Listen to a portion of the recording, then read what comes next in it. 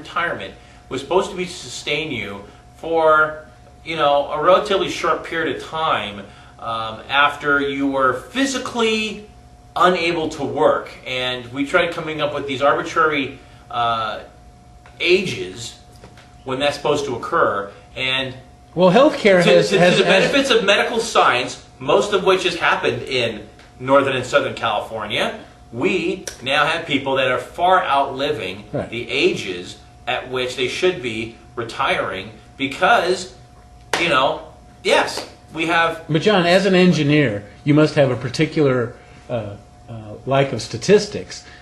The math doesn't work, like you said. Advancements in medical science are stretching people's life expectancy, yet these mathematical methods that are empowered mainly by unions and with government employees are bankrupting the state, and everybody has their foot on the gas pedal and the brick wall's coming up. So in effect, if something isn't done from your experience in this thing, this system is going to implode, not explode. We right? have to take away the vested interest that these unions have and the special interests whatever have. Protections. Whatever. Well, here's the thing, because they're rewarded for basically making it harder for everybody else, but they're rewarded because their membership goes, hey, great, boy, you're looking out for me. So when they raise dues by a little bit, or they get people want to become members, hey, I want to join that union because everybody in that union gets to have, this kind of benefit. Wow, fantastic. So they're, the system is geared toward the unions doing exactly what they're doing. Whether you like it or not, what the unions are doing is extremely capitalistic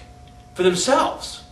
They are their own company. They are, the unions have become the very things that unions were created almost 100 years ago to fight.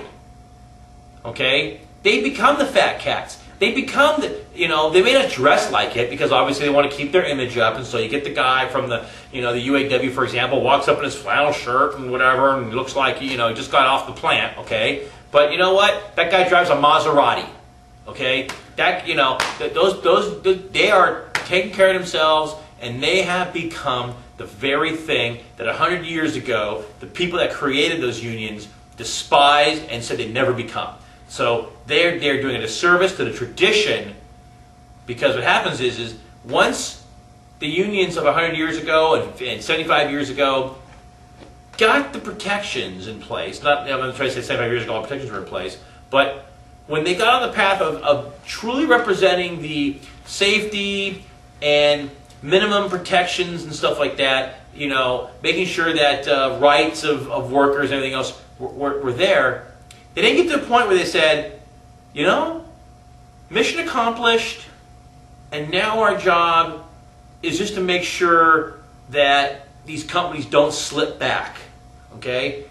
They kept going for more and more and more, and that's why you have government employees now that make more than their private sector employee counterparts. So their benefits are higher than their private sector employee counterparts. So what you're basically saying is that it's the government union protectionism that is hurting all the taxpayers.